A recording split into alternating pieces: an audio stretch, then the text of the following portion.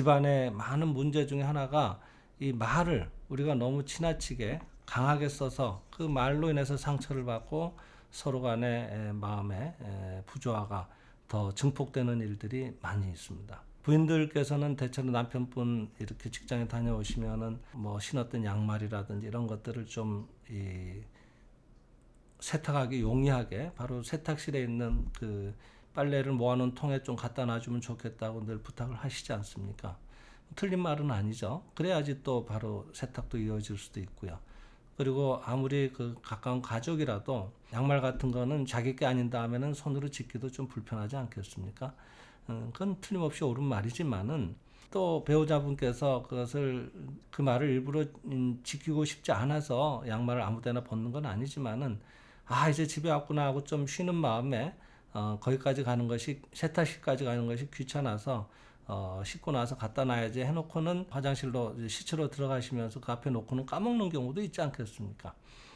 일부러 이쪽을 괴롭힐 의사가 있는 것은 아니지만은 양말은 반드시 세탁실에 있어야 된다는 것만을 고집하게 되면은 조금 빨리 편하게 씻고 쉬자는 그런 어떤 배우자의 또 다른 마음까지는 못 보게 되지도 않겠냐 하는 겁니다.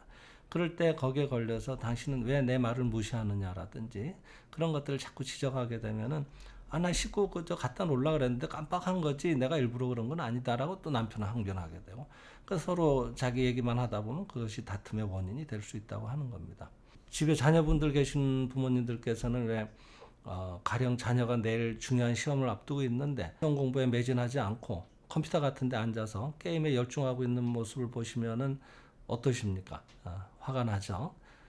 자연히 참다가 나중에 큰 소리가 나오게 됩니다. 넌 정신이 있냐 없느냐 이렇게 따지게 되죠.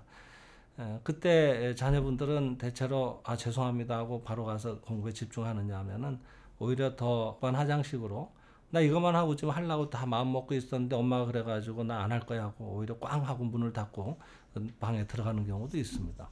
어처구니가 없죠. 하지만은 여러분 잘 생각해 보면은 예비 동작이라고 하죠. 뭔가 중요한 일을 할 때는 바로 그 일부터 하면 좋지만은 뭔가 거기에 많은 비중을 지금 마음으로 두고 있기 때문에 그 전에 좀 마음이 쓰이다 보니까 마음을 좀 이렇게 가라앉히고 뭔가 그 일에 더 집중을 하기 위해서 뭔가 잠깐 딴짓을 하는 경우도 얼마든지 있거든요, 사람들은. 그런 마음이었을 수도 있는 거예요. 그럴 때 시험을 앞둔 학생이 지금 게임이나 하고 앉았고 정말 한심하다 이렇게만 몰아붙이게 되면은 그런 것들이 본의 아니게 옳은 말이지만은 상처를 주게 되고 그런 것들로 인해서 옳은 말이 오히려 그 역할을 하는 것이 아니라 그것이 어떤 부조화의 원인이 된다고 하는 겁니다. 이런 부분들을 얘기하시는 건 아닌가 생각을 합니다.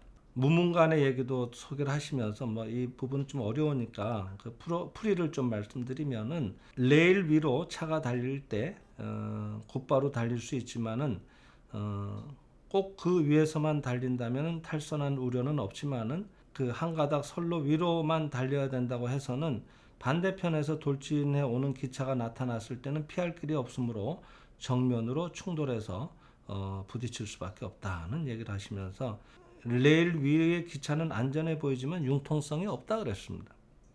융통성이 없다는 것은 천재 가득 차 있는 길이 아니라고 하는 것입니다. 때로는 천둥이 돼서 천지에 울리기도 하고 또 공중의 어떤 그런 질소를 비료로 변화시키기도 하며 때로는 큰 비가 되어서 천지를 적시고 또 눈이 되어 천지를 정화하는 등 천변만화하는 길이 바로 진리의 길이다 이렇게 얘기를 했습니다.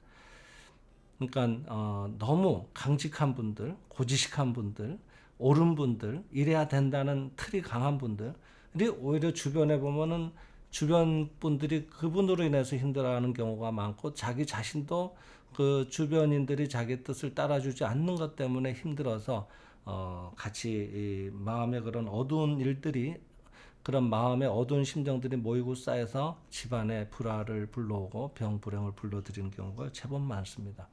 대표적인 경우가 그 교사집의 자녀분들이 문제가 참 많거든요. 일반적으로 얘기하기는 어렵겠습니다만은 왜냐하면은 선생님들은 집에 오면은 그 직업병이라고 할까요? 직장의 분위기의 연장선상에 놓이게 되는 겁니다. 그래서 물론 바르게 이렇게 키우려고 하는 마음이 깔려 있는 거는 맞습니다만은 나도 모르게 자꾸 지적을 해서 이렇게 바로 잡으려고 하는 그런 버릇이 나오게 되죠. 그럴 때 거기에 많은 반발하는 자녀들이 나오는 경우를 많이 봤습니다. 생장의 집에서는 천지만물과 화목하라라고 설합니다. 화목하라는 한 가지 길에만 고수하고 있으면 오히려 충돌을 일으킬 수도 있다고 하는 겁니다.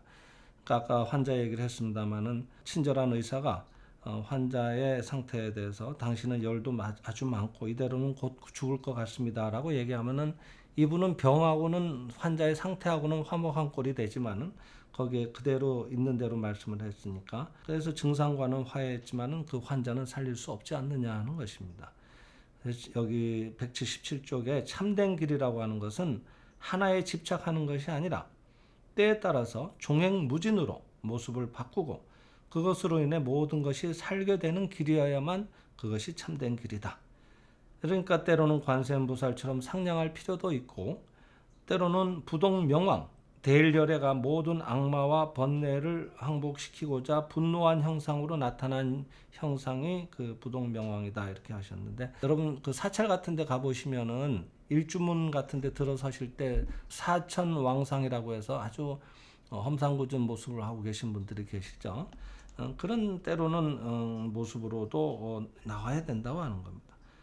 그래서 그런 임기응변, 무해자재하게 걸림이 없이 자유자재하게 움직일 수 있는 길이어만 그 길이 진정한 길이고 그 진정한 길에 따른 생활을 하는 것이 무엇보다 중요하다. 그러려면 어떻게 우리가 그 진정한 길에 자유자재하게 들어설 수 있는가 하면은 실상을 알아야 된다. 그러니까 인간은 영적인 존재이고 이미 그 안에 위대한 사랑을 갖고 있고 자기 실현을 하고 싶은 놀라운 의지를 갖고 있고 누구나 거기에서 보람을 느끼고 있고 그 일을 가지 못하면 괴로움을 느끼게 되는 것이다. 이렇게 실상을 아는 게 중요하다고 하는 겁니다. 아까 자녀분 얘기를 드렸지만은 게임을 하는데 집중하고 있는 게 아닙니다. 요것만 끝내놓고 밤을 새서라도 내일 시험을 제대로 쳐야 된다는 부담을 갖고 있는 겁니다. 그것은 잘 해야 된다는 자기 생각이 있는 거고 그것은 그 안에 자기 안에 있는 본래 훌륭한 그 능력을 발휘하지 않으면 안 된다는 절박함을 다 누구나 느끼고 있는 겁니다. 그런 것들을 알면은 아 그랬구나 그거 하고 너 하려고 그랬구나 참 네가 그렇게 마음을 지금 다 잡고 있었구나 엄마가 그걸 몰라봤네 미안해 이렇게 얘기를 하게 되면은 오히려 부딪히는 일 없이 자기를 알아봐준 그 마음에 또 보답하기 위해서라도 진심으로 빨리 그 게임을 정리하고 시험 공부에 매진했을 수도 있는 일이거든요. 그런 일들이 얼마든지 있는 겁니다. 이런 것들이 우리가 실상을 안다고 하는 것입니다.